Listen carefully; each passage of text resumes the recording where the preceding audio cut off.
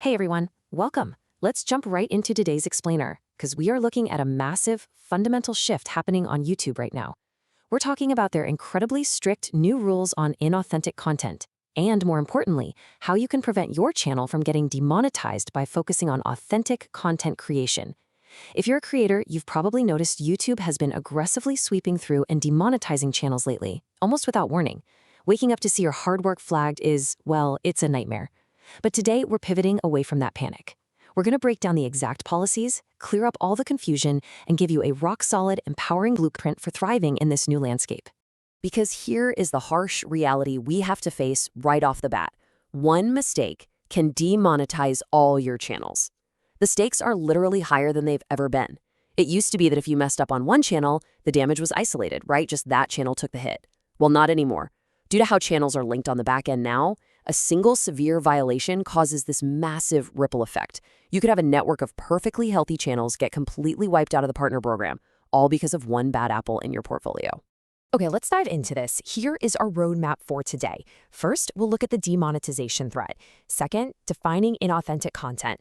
Third, safe intros and templates. Fourth, the human touch requirement. And finally, exactly how to recover your channel. Section 1. The demonetization threat.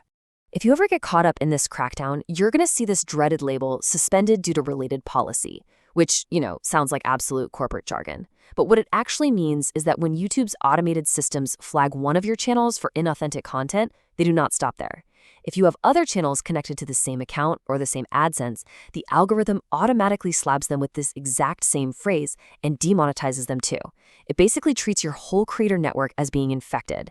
So understanding these rules, it's not just about saving one single income stream, it's about protecting your entire digital real estate.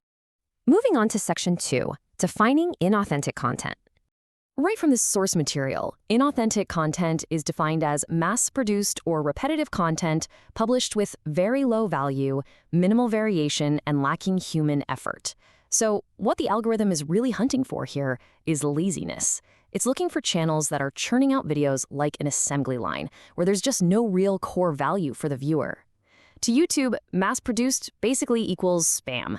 They want a platform full of creators who actually care, not automated factories clogging up people's feeds.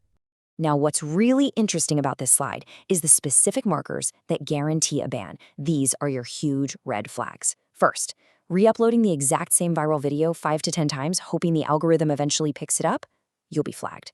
Reusing identical titles and identical thumbnails across your videos, flagged. And we've all seen those channels, right? The ones where a robotic text-to-speech voice just drones on over a static image or scrolling text with zero narrative or commentary. Well, YouTube is officially over it, banned. And if you're literally just copy-pasting text from a website, having it read out loud without adding your own unique insights, that's considered zero-effort repetition. Your monetization will be gone in a flash. Which brings us to Section 3, safe intros and templates. Now, you might be wondering, does this mean I can't use templates or standard formats at all? It's a bit of a gray area, but it's really all about balance. If you use the exact same intro and outro for every single video, and the main content sandwiched in between offers minimal value, or just like tiny tweaks from your last upload, you are going to get demonetized. But if you use that same templated branding, your classic intro and outro, but the actual meat of the video is distinct, highly valuable, and unique every single time, you are totally safe. It is entirely about where the value lies. Branding consistency is fantastic. Content repetition is for sure a penalty. Breaking down YouTube's actual rules on this, we see a really clear pattern. Using similar clips across videos, YouTube's stance is that this is absolutely allowed, but the strict requirement is you have to actively explain the clip and connect with your audience. You must add meaningful commentary. Similar themes, also allowed, as long as you add unique features, high-quality images, or real distinct value every time you revisit the topic. But pure templated slideshows where you're just swapping out scrolling text with no commentary, that is strictly not allowed. Zero exceptions. YouTube essentially requires you to actively feature content, not just lazily compile it. All right, Section 4, the human touch requirement. Can you still use AI to build a channel? This is honestly the burning question on everyone's mind right now. With AI tools getting so incredibly powerful, a lot of creators have tried outsourcing their whole operation to artificial intelligence. And then they get hit with a demonetization strike. And naturally, they panic. It's a totally valid fear in today's landscape. So let's look at the actual rule and separate the myth from the reality here. And this brilliantly illustrates the dividing line between what's safe and what's dangerous. Dangerous automation is generating everything with zero oversight. Literally 100% AI voice, AI images, an unedited raw script, just pasted together with zero human effort. YouTube's algorithm sees that and immediately labels it low value and authentic spam. But look at the safe creation side. You absolutely can use AI. It's a game changer of a tool. Use it to brainstorm, use it to generate raw B-roll, but you have to inject your own human voiceover, your own unique storyline, and real thoughtful editing. The human touch isn't just a nice bonus anymore, it is the fundamental requirement for staying monetized. Finally, Section 5, how to recover your channel. If you've already made some of these mistakes, take a deep breath. There is a way out. But if you take just one thing away from this recovery section, please let it be this massive warning. Do not delete your videos immediately. When creators get an appeal rejected, their very first instinct is to panic and mass delete all their flagged videos. Actually, scratch that. It's not just a mistake, it's fatal for your channel's future. Mass deleting completely destroys your established reach, it tanks your metrics overnight, and it ruins your ability to naturally grow back into the algorithm's good graces. Instead, you've got to follow this somewhat counterintuitive 5-step procedure. Step 1. Submit a highly professional, well-crafted appeal video explaining your creative process. If the human review team actually understands your value, you might just win right there. Step 2.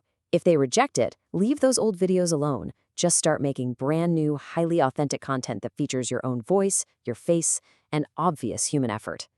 Step 3. Reach the monetization threshold of 4,000 watch hours entirely on that new content. Step 4. Once you hit that metric, then and only then can you finally delete that old backlog of inauthentic videos. And Step 5. Reapply for monetization. You've now proven to the system you're a high-quality creator. So the crucial point here is that specific number, 4,000. To truly wash that inauthentic stain off your channel's record, you have to prove your worth all over again. Those 4,000 watch hours must be generated cleanly. They have to come purely from your new, human-driven, high-value videos. It's like you're rebuilding trust with the algorithm from scratch, but you're doing it the smart way, without completely destroying the invisible foundation of your channel by prematurely deleting everything. We have covered a tremendous amount of ground in this explainer today, looking at exactly what triggers the algorithm and how you can safeguard your digital real estate. But ultimately, it all comes down to a fundamental choice. Will you rely on short-term, lazy, mass production shortcuts and constantly be looking over your shoulder for the next wave of bans, or will you invest a human effort required to build a deeply authentic channel that not only survives the algorithm, but actually thrives in it for years to come? Definitely something to think about. Thanks so much for joining me, and I highly encourage you to take a hard look at your content strategy today to make sure you're genuinely building for the long term.